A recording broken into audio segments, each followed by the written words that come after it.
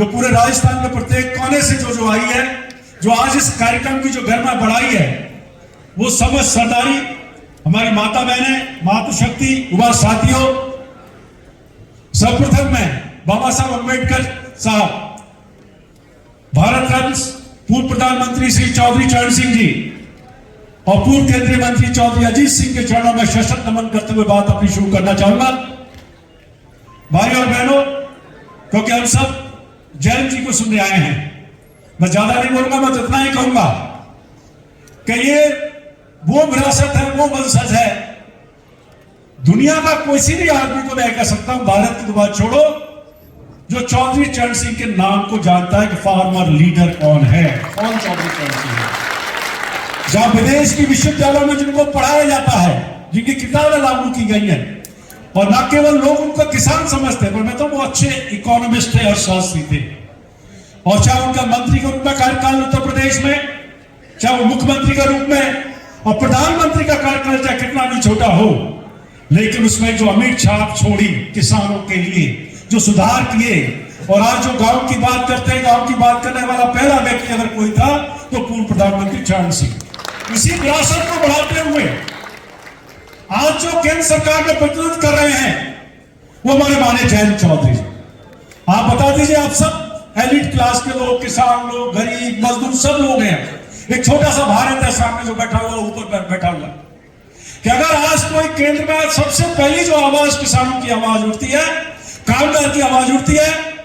चाहे वो किसान उत्पादकों की बात हो या गन्ना उत्पादकों की बात हो या युवाओं को रोजगार स्किल बनाने की बात हो, तो उनका नाम है माने जयंत चौधरी जी। और मैं तो अपने आप कहना चाहूंगा अपने के लिए, मैं निश्चित रूप से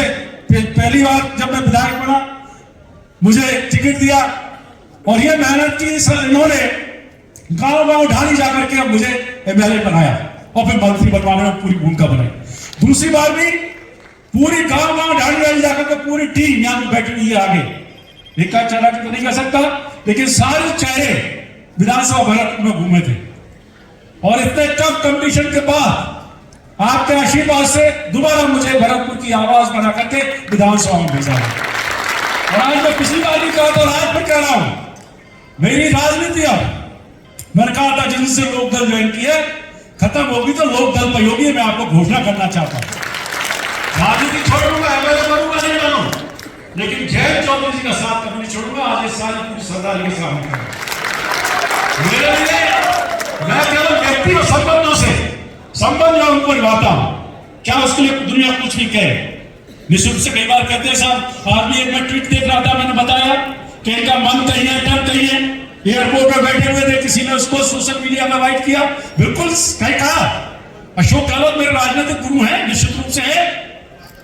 तो राजनीतिक बोले क्या है, लेकिन उसको पालने का जो काम कर रहे हैं वो जयंत चौधरी जी कर रहे हैं उस व्यक्ति को। इसलिए